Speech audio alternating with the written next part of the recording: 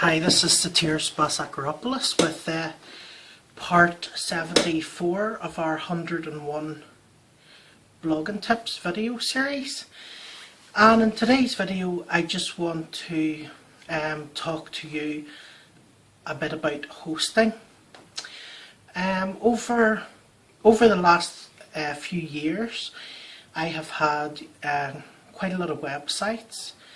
In actual fact, I think at one stage it was well over about 600, and in that time I've actually dealt with quite a lot of different hosting companies.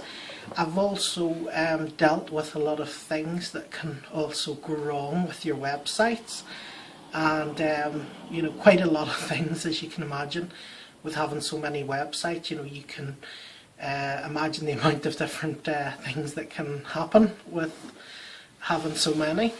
So I mean, I've went through everything from having 350 websites hacked in one evening, and sort of sitting up trying to block passwords all night on the website, you know, and change them, right through to buying. My first experience was buying unlimited hosting, which I actually understood was unlimited domains, so that meant that you could put as many as you want.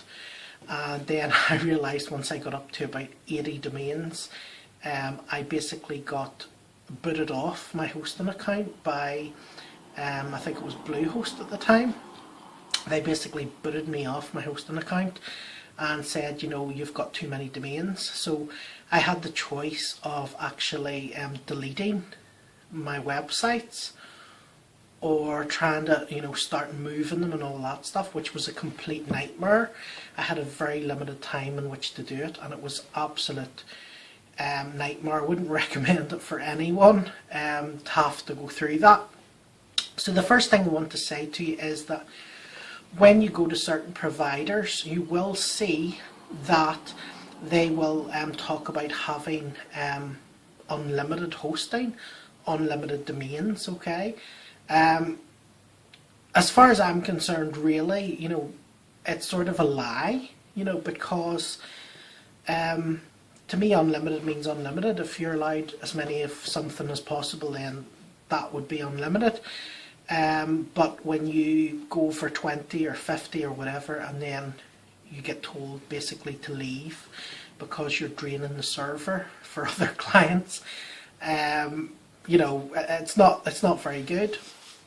So the first thing, whenever you're buying hosting and you see unlimited hosting, don't by any means think that you're going to be able to go and set up an internet marketing empire, you know, for $130 or whatever a year on any of the big named hosting accounts. I'm not going to mention them all here in the video, but you know, it's just a straightforward fact you need to understand, okay?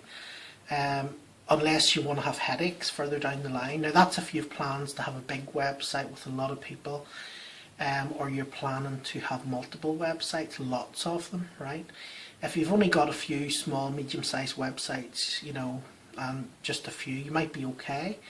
But if you're going to build really big and loads of content and loads of people and loads of subscribers and stuff, sending a lot of traffic, you'll probably find that you're going to have to go for something more than that.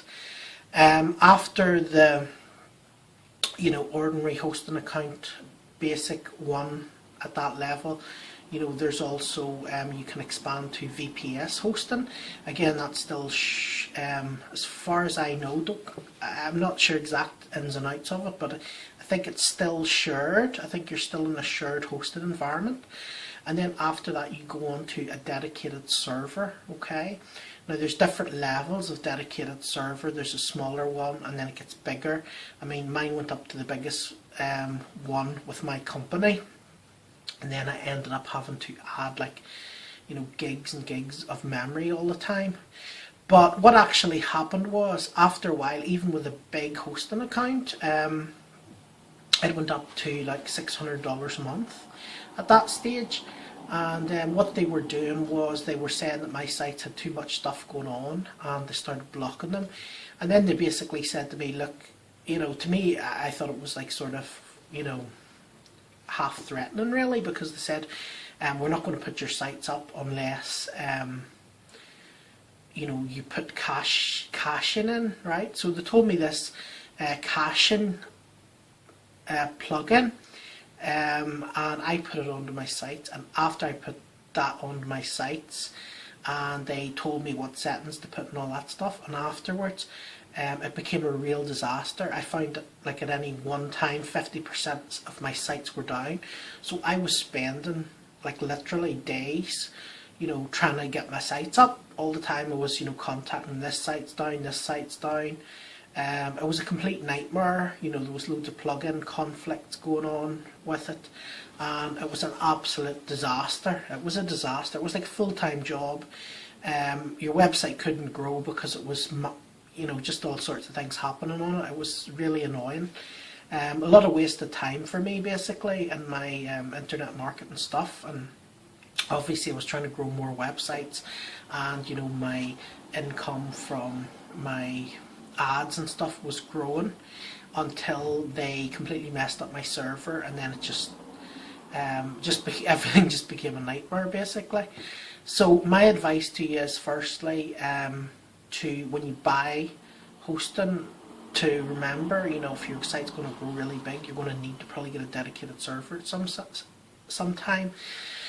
The other thing is, I would tend to not have all my eggs in one basket. So if you have more than one website, don't just have one hosting account, because what happens if it's all in one hosting account, something happens there, and they do something or you get hacked, everything goes down at once. So I would suggest having different servers, different accounts as well. How I now work is, I don't actually have a dedicated server anymore because I had so much hassle with them and with it. But what I've done is I have multiple shared hosted accounts, and so far that's been working a heck of a lot better than, for me, because if my stuff goes down, it's only like there's maybe only, you know, 5 to 20 sites on each one. So instead of worrying about 500 or 600 sites going down, I worry about 20, which is easy for me after dealing with 3 or 4 or 500 sites down. You know, 600 sites down, you know, having 20 sites not working is a piece of cake really. You know, it's very, very simple.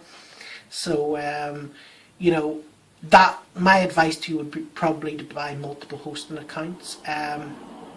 I had the biggest amount of problems. The worst server experience I had was I was in Liquid Web, and basically my server used to be down probably about 80% of the time. It was just constant. It was constantly down. I also had a lot of, their customer service was very, very good, I have to say, in some of the cases, but in many cases you had to go 2 or 3 times to get someone who was good. Quite often you would get someone who wasn't good as well, and they wouldn't want to help you basically. They would just fab you off with some rubbish and send a ticket off to, you know, the other department. So basically that was HostGator. That was HostGator, my dedicated server. But now I use a different, I'm using another company, right? Another company for my hosting. It's not actually HostGator. And like I said, I do small, you know, lots of small servers. Instead of having one dedicated server, I'm having loads of different small servers, and I have my website spread across a lot of different places like that. And I find that works better for me. It won't work better for everyone. Obviously, everyone has a different, you know, setup and different size sites and so on and so forth. But that's what I find works better for me. If you want to find out more about, you know, this, you know, what basically happened and who I'm using and stuff, if you click the link below this video, you can go and basically visit that site, and you can find out more about that. Okay, I hope this has been useful to you. Like I said, you know, hosting can be a minefield, so it's good to be pre-warned about it. And whenever you use caching and also anti-hacking plugins, be very, very careful. because both of them can completely mess up your websites. So if it was me personally, I would maybe go last resort for the caching, and you know, probably just have more servers, you know, and just have it more spread out. But if you want to go for caching, you can do that as well. It's supposed to make it faster and all this stuff. But my personal experiences from using a lot of it was I had a whole load of hassle from it and a whole load of problems. So I hope you find this video useful for you. If you haven't already, you can just click the button below to subscribe to our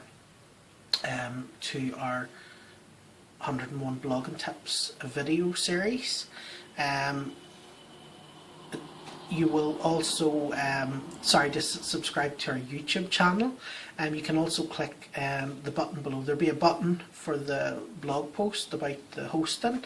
There'll also be a button to opt in for 101 Blogging Tips, so you won't have to go around searching, because they're not all in the right order and you might have to go looking for different ones. So what we've done is we've set them up, and they can be emailed to you every few days, another blogging tip in the right order, so it means you're not missing them and you're not having to go around searching and messing around. So you can opt in for those below as well.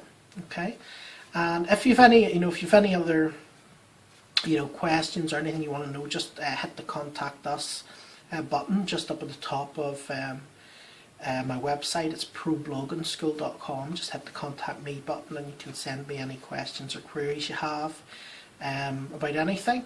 It's been great talking to you, and I look forward to talking to you again soon. And just before I go, I would appreciate it if you could also click the like button if you find this video useful, and put your comments in below as well. That would be great. Thanks very much. Bye.